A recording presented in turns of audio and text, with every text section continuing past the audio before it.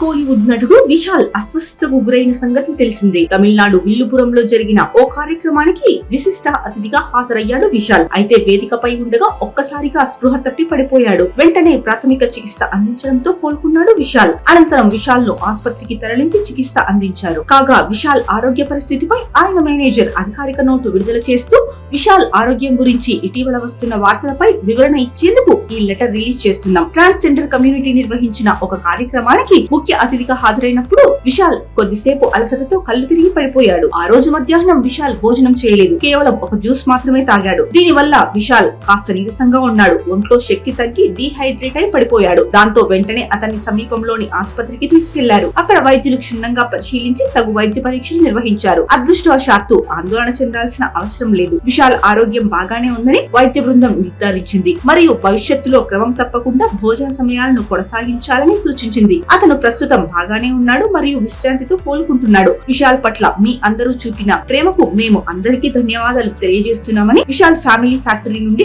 అధికారిక note release చేశారు. కాగా కొన్ని నెలల క్రితం విశాల్ ఆరోగ్యంపై అభిమానులు కలత చెందారు. అప్పట్లో విశాల్ కు సంబంధించిన ఓ వీడియో వైరల్ గా మారిన విషయం తెలిసిందే. మదగజ రాజా ఈవెంట్ లో ఆయన వణుకుతూ కనిపించారు. దీంతో ఆయనకు ఏమైందోనని అభిమానులు తీవ్ర ఆందోళనకు గురయ్యారు.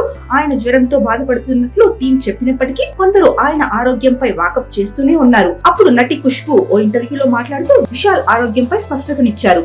విశాల్ కు ఢిల్లీలో ఉన్నప్పుడే జ్వరం వచ్చింది. ఆ విషయం ఎవరికీ తెలియదు. కానీ మదగజ రాజా సినిమా 11 ఏళ్ల తర్వాత రిలీజ్ అవుతుందని అనారోగ్యాన్ని సైతం లెక్క చేయకుండా ఈవెంట్ కి వచ్చారు. ఆ రోజు విశాల్ డెంగీ ఫీవర్ తో బాధపడుతున్నారు. జ్వరంతో ఎందుకు వచ్చారని అడిగాను. 11 ఏళ్ల తర్వాత ఇది ప్రేక్షకుల ముందుకు వస్తోంది. దీనికి ఖచ్చితంగా రావాలనుకున్నానని చెప్పారు. 103 డిగ్రీల జ్వరం కారణంగా వణికిపోయారు. ఆ ఈవెంట్ పూర్తి కాగానే మేం విశాల్ ను ఆసుపత్రికి తీసుకువెళ్లాము. ఇప్పుడు కోలుకుంటున్నారు. ఎవరు కంగారు పడాల్సిన అవసరం లేదని అప్పట్లో ఖుష్బూ చెప్పారు. ఇక కొంతమంది యూట్యూబర్స్ వ్యూస్ కోసం విశాల్ ఆరోగ్యంపై తప్పుడు వార్తలు రాస్తున్నారని ఖుష్బూ అసహనం వ్యక్తం చేశారు.